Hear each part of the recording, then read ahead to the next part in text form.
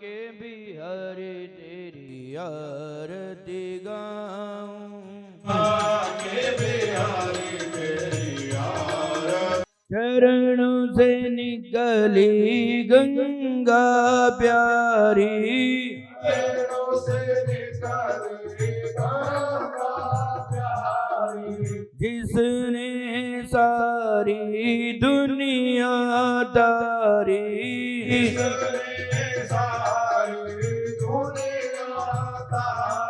मैं उन चरणों में शीस निभाऊं,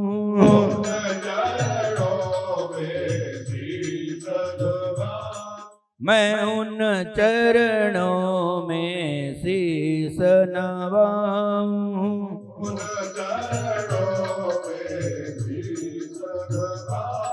श्रीवांग बिहारी तेरी आरती गाऊं,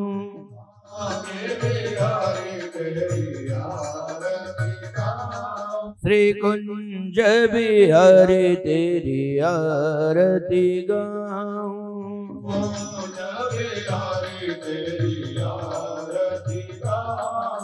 दास अनाथ के प्यारे तुम हो,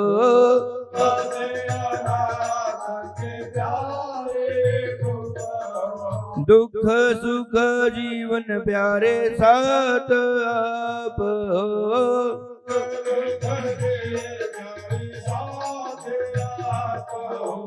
हरि चरणों में शीस नवाऊं,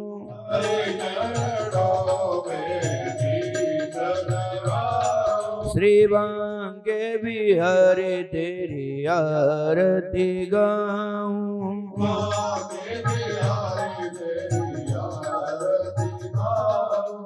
श्री हरिदास के प्यारे तुम हो,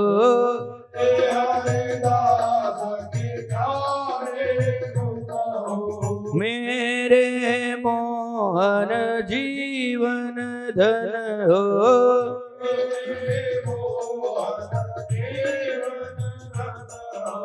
देख युगल छवि बलि बलि जाऊं,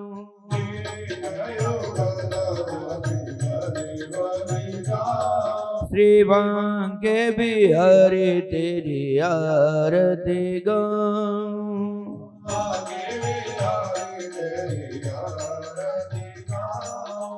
आरती गाऊं प्यारे तुझको मनाऊं,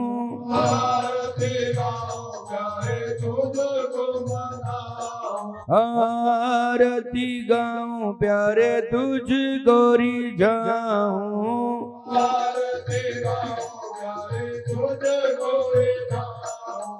आरती गाऊं प्यारे तुझको धयाऊं,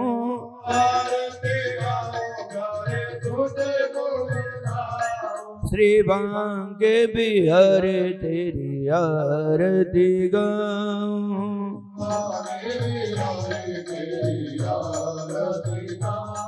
श्री कुंज बिहारी तेरी आरती गाऊं,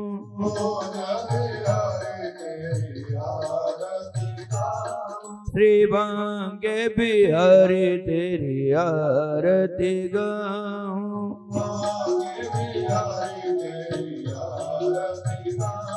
श्रीवांग बिहारी तेरी आरती गाऊं,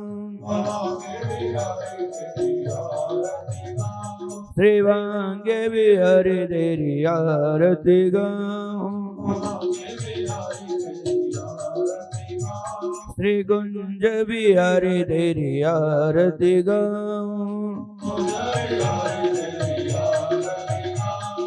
श्याम सुंदर तेरी आरती गाऊं,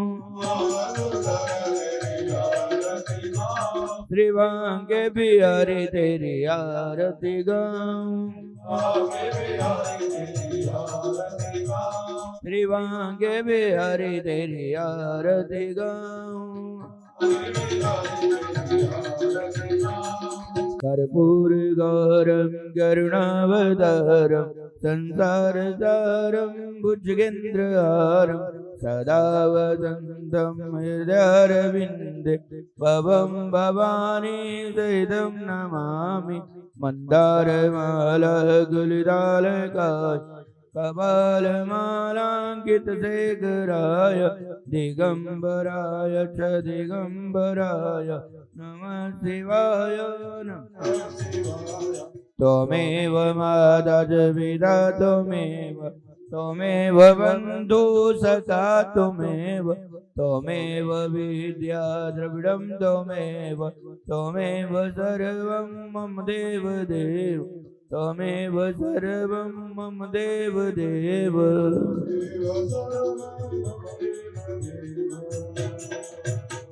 सर्वे भवन्तु सुखिनः सर्वे भद्राणि पश्यन्तु काल हर कष्ट हर दुख हर दरिद्र हर हर हर महादेव हर हर महादेव हर हर महादेव वन्दे बोधमयं नित्यं गुरुं शङ्कररूपिणम् यमाश्रितो हि वक्रोऽपि चन्द्र सर्वत्र वन्दते वन्दो गुरुपदगंशकृपः सिन्धु नररूपरि महामोदबभुञ्जसु वचन रवि करनिकर गुरुर्ब्रह्मा गुरुर्विष्णु गुरुर्देवो महेश्वरा गुरुर्साक्षात् परब्रह्म तस्मै श्री गुरुवे नमः ध्यानमूलं गुरुर्मूर्ति पूजामूलं गुरुर्पदम् मंत्रमूलं गुरुर्वाक्य मोक्षमूलं गुरुर्ग्रीवा त्वमेव माता च पिता त्वमेव बन्धु च सखा त्वमेव विद्या द्रविडं त्वमेव सर्वं मम देवदेव गजाननं भूतगणाधिसेवितं कपितजम्बुफलचारुभक्षणम् उमासुतं शोकविनाशकारकं नमामि विघ्नेश्वरं पादपङ्कजम्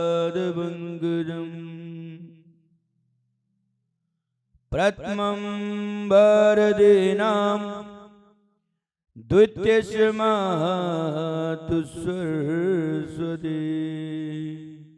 तृतीयं शारदा देवी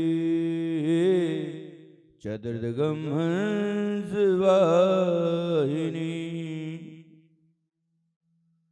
सर्वमंगलमंगले शिवे सर्वार्थसाधिके शरण्ये त्र्यंबके गौरी नारायणी नमस्तुते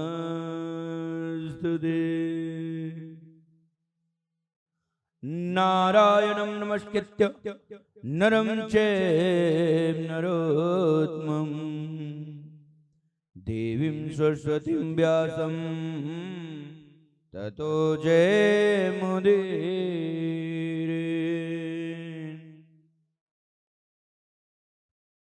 व्यासाय विष्णुरूपाय व्यासरूपाय विष्णवे नमो ब्रह्माय निधाय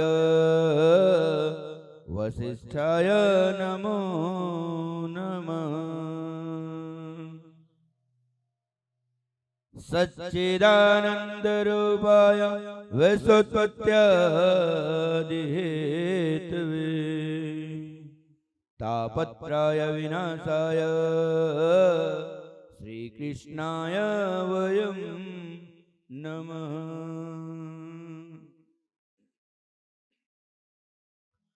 श्री राधा मेरी स्वामिनी मैं राधे को दास जन्म जन्म मोहि दीजिए वृंदावन को वास। लाख बार हरि हरि कहे एक बार हरिदास अति प्रसन्न श्री लाडली सदा विपन्न गोवास सदा विपन्न गोवास। सदा भवानी दाहिने समुग्र गणेश पांच देव रक्षा करे ब्रह्मा विष्णु महेश ब्रह्मा विष्णु महेश। भक्ति भक्त भगवंत गुरु चतुर्नाम बपुए इनके बदबंधन करे तो नाशत विघ्न अनेक तो नाशत विघ्न अनेक। बोलिए सच्चिदानंद भगवान की राधा रमण सरकार की राधे। कहते हैं जन्म जन्मांतर युगों युगांतर कल्प कल्पांतर के पश्चात जब मनुष्य के जीव के प्राणी के पुण्य फल जागृत होते हैं तब मनुष्य को जीव को प्राणी को इस पतित से पावन बनाने वाली ज्ञान गंगा के प्रवाह में गोते लगाने का सौभाग्य प्राप्त होता है। जब तक मनुष्य के जीव के प्राणी के पुण्य फल जागृत नहीं होते तब तक मनुष्य भले ही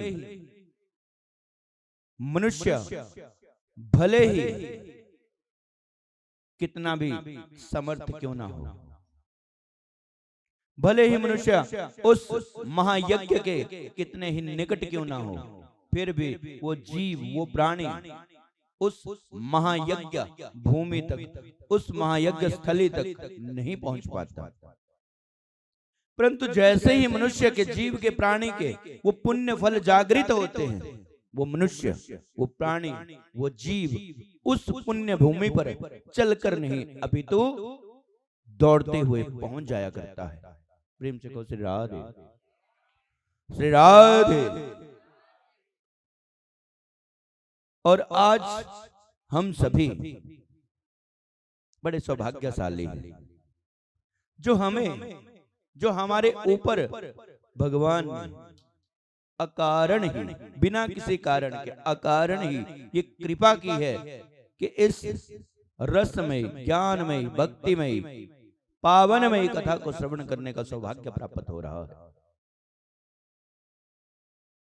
आज भगवान की ही कृपा हमारे ऊपर हुई है और उस कृपा के अनुरूप ही हम इस पावनमय ज्ञानमय रसमय भक्तिमय कथा को श्रवण कर पा रहे हैं। हमारे जो सांसारिक संबंध होते हैं वो संबंध जब हमारे लिए कोई कार्य करते हैं तो उसके पीछे कोई ना कोई कारण अवश्य होता है। परंतु भगवान बड़े भक्त वत्सल है। वो जब हमारे ऊपर कृपा करते हैं तो उसके पीछे वो ये नहीं देखते कि कौन अमीर है, कौन गरीब है, कौन छोटा है, कौन बड़ा है, कौन अच्छा है और कौन बुरा है। वो सब पर समान रूप से कृपा बरसाते हैं, परंतु हम समझ नहीं पाते उनकी कृपा को, हम देख नहीं पाते उनकी दया को, उनके प्रेम को, उनके स्नेह को। वो बार बार हमें जागृत करते हैं, बार बार हमें किसी ना किसी के माध्यम से, किसी ना किसी को निमित्त बनाकर बार बार वो दिखाते हैं, दर्शाते हैं कि तुम्हारा इस मृत्यु लोक में आने का उद्देश्य क्या है। यहां पर आकर, इस मृत्यु लोक में आकर तुम्हारा काम गृहस्थ आश्रम में संलग्न रहना ही नहीं, अपितु गृहस्थ आश्रम के साथ साथ धर्म के, अपने मोक्ष और अपने कल्याण के लिए भी कार्य करना है। हम सदा धन एकत्रित करते रहते हैं और अपना बैंक बैलेंस, अपना अकाउंट उस धन से भरते रहते हैं, परंतु हम इस बात का तनिक भी प्रयास नहीं करते कि हमें एक ना एक दिन इस शरीर का त्याग करना है।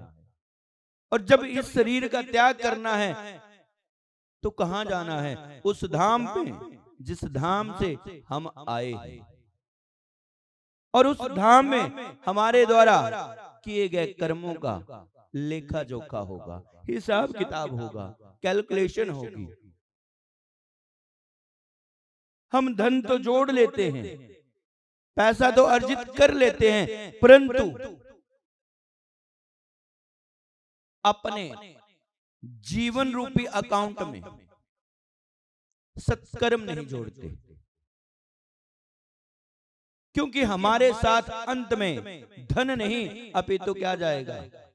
हमारे द्वारा अर्जित सत्कर्म, पुण्य कर्म। हम दौड़ते रहते हैं, चलते रहते हैं, कहां?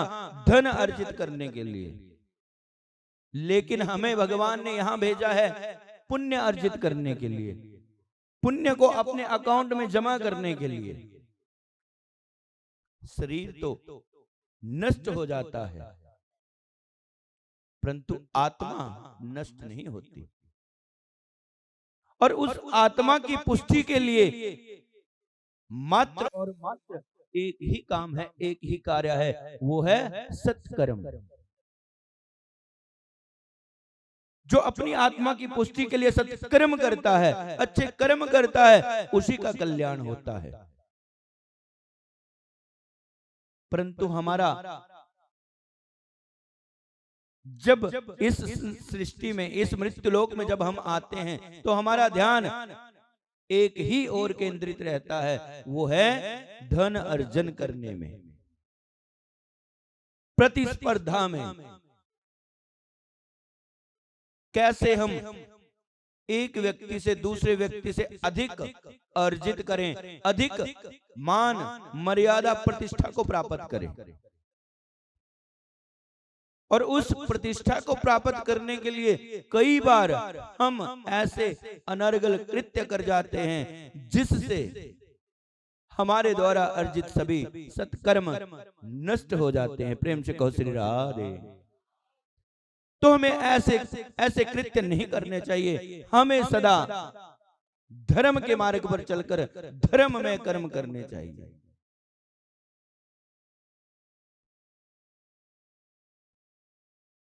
और जैसे कि आपको विदित है कि कल भगवान श्री कृष्ण का प्राकट्य हुआ था, और भगवान श्री कृष्ण के प्राकट्य के लिए आप सबको ढेर सारी बधाइयां। लेकिन इनका जिस कुल में प्राकट्य हुआ, उस कुल के संदर्भ में कहा गया कि एक बार ये कुल कहां से प्रारंभ हुआ था, कि एक बार देवगुरु बृहस्पति जी की पत्नी देवी तारा का हरण चंद्र कर लेकर के हरण करके चंद्र अपने लोक में ले गया और देवी तारा को चंद्र ने बलपूर्वक कई वर्षों तक अपने लोक में रखा। देवगुरु बृहस्पति ने कई बार चंद्र से कहा कि हे चंद्र, देवी तारा तुम्हारी गुरु मां है, तुम्हारी माता की भांति है, तू उन्हें मुझे वापस कर दे। परंतु चंद्र ने गुरु का कहना नहीं माना। जब चंद्र ने बात नहीं मानी तो देवगुरु बृहस्पति अपने परम शिष्य इंद्र के पास गए हैं और सारा वृत्तांत बताया है। इंद्र को क्रोध आया और चंद्र के पास गया है। चंद्र को कहा है कि हे चंद्र, गुरु माता को वापस गुरु आश्रम भेज दे, अन्यथा परिणाम उचित नहीं होगा। परंतु चंद्र ने देवराज इंद्र की बात भी नहीं मानी। गुरु बड़े दुखी हुए, देवगुरु बृहस्पति जी बड़े दुखी हुए कि मैं कैसे अपनी पत्नी को पुनः प्राप्त करूं। तब देवगुरु बृहस्पति जी ब्रह्मा जी के पास गए हैं, उनसे प्रार्थना की है और सारा वृत्तांत उन्हें बताया है। प्रेम से कहो श्री राधे। तब ब्रह्मदेव चंद्रलोक आए हैं और उन्हें खूब लताड़ा है, खूब खरी खोटी सुनाई है। तब लज्जित होकर चंद्र ने देवी तारा को देवगुरु बृहस्पति को वापस किया है। जिस समय देवी तारा को लौटाया गया उस समय देवी तारा गर्भवती थी। जब देवगुरु बृहस्पति को ये ज्ञान हुआ तब उन्होंने देवी तारा से पूछा है कि तुम्हारे गर्भ में किसकी संतान है, किसका पुत्र है। संकोचवश देवी तारा मौन रही, उन्होंने कुछ नहीं कहा। वो उन्होंने मुख से कुछ नहीं कहा। तब पुनः देवगुरु बृहस्पति ने उनसे पूछा है कि हे देवी, सत्य सत्य बताओ, तुम्हारे गर्भ में किसकी संतान है, किसका पुत्र है, नहीं तो मैं तुम्हारा त्याग कर दूंगा। परंतु फिर भी इतना कहने पर भी देवी तारा ने कुछ नहीं कहा। वो पुनः मौन रही। तब ब्रह्मदेव की ओर देखते हुए मन ही मन देवगुरु बृहस्पति ने प्रार्थना की कि हे ब्रह्मदेव, आप ही बताएं कि देवी तारा के गर्भ में किसकी संतान है। तब ब्रह्मदेव ने देवी तारा से एकांत में पूछा है कि हे देवी, सत्य बताओ। तब देवी तारा ने कहा कि हे ब्रह्मदेव, ये चंद्र की संतान है। अब जैसे ही देवगुरु बृहस्पति को ये ज्ञान हुआ तो उन्हें बड़ा क्रोध आया। तब देवगुरु बृहस्पति कहने लगे कि हे देवी, मैं तुम्हें अपनी पत्नी के रूप में तभी स्वीकार कर सकता हूं यदि तुम अपने गर्भ में पलने वाले इस शिशु का अंत कर दो, इस शिशु को नष्ट कर दो। देवी तारा ने कहा ठीक है स्वामी, जैसा आपकी इच्छा। अब जैसे ही अपने योग बल से उस गर्भ को, उस शिशु को नष्ट करने लगी और जैसे ही वो शिशु देवी तारा के गर्भ से बाहर निकला है, आज देवगुरु बृहस्पति ने उस शिशु को देखा है। जैसे ही देवगुरु बृहस्पति ने उस शिशु को देखा तो उनके मन में प्रेम उत्पन्न हुआ और उधर जैसे ही देवी तारा उस शिशु का अंत करने लगी, उसी क्षण देवगुरु बृहस्पति ने उसे रोक लिया। देवी, इसमें इस शिशु का क्या दोष, इसे क्षमा कर दो। मैं इस शिशु को अपने पुत्र की भांति रखूंगा और इसका लालन पालन करूंगा। प्रेम से कहो श्री राधे। श्री राधे। और पुत्र की भांति इसका लालन पालन करूंगा। और इसी पुत्र का नाम पड़ा क्या? बुद्ध। आगे चलकर चंद्र ने खूब लड़ाई की थी, छल से इस पुत्र को अपने लोक ले गया था, काफी कुछ हुआ था। प्रेम से कहो श्री राधे। और यहीं से चंद्रवंश का प्रारंभ हुआ था। प्रेम से कहो श्री राधे, श्री राधे। और कल आपने श्रवण किया कि किस प्रकार भगवान श्री कृष्ण का प्राकट्य हुआ। अभी भगवान श्री कृष्ण का प्राकट्य ही हुआ था कि उसी क्षण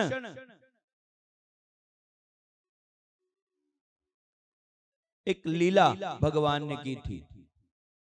और इस लीला को कई बार आप लोगों ने श्रवण किया था कि किस प्रकार भगवान की माया के प्रभाव से प्रभावित होकर वसुदेव जी भगवान के उस बाल स्वरूप को मथुरा से गोकुल लेकर गए थे।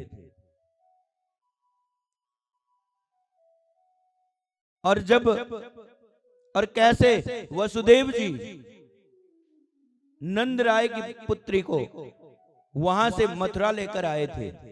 और जब कंस को ये ज्ञान हुआ था, ये पता चला था कि देवकी के अष्टम गर्भ आ चुका है, और उसका वध करने के लिए जब उनके पास आया था और उस कन्या का जैसे ही वध करने लगा था, और उस कन्या का वध करने के लिए जैसे ही उसे अपने हाथ में उठाकर उसका अंत करने लगा था, उसी क्षण वो कन्या कंस के हाथ से छूटकर आकाश पर स्थित होकर अष्टभुजा स्वरूप धारण करके उन्होंने आकाशवाणी की थी कि हे कंस, तेरा काल यहां नहीं अपितु गोकुल में है। और जो विधि ने एक बार लिख दिया तो चाहे कितना भी प्रयास कर, कितना भी प्रयत्न क्यों ना कर, वो कभी टल नहीं सकता, वो कभी बदल नहीं सकता। प्रेम से कहो श्री राधे। कंस को बड़ा क्रोध आया था, और उधर गोकुल में जब माता यशोदा और नंद बाबा को भगवान के प्रकट होने का आभास हुआ, पता चला, तो उन्होंने पूरे गोकुल में खूब मिठाइयां बांटी थी, खूब उपहार बांटे थे, खूब उत्सव किया था। प्रेम से कहो श्री राधे, श्री राधे। ब्राह्मणों को खूब सारी गायें दान की थी, खूब सारे हीरे मोती इत्यादि दान के रूप में लोगों को दिए गए थे, और खूब उत्सव हुए थे।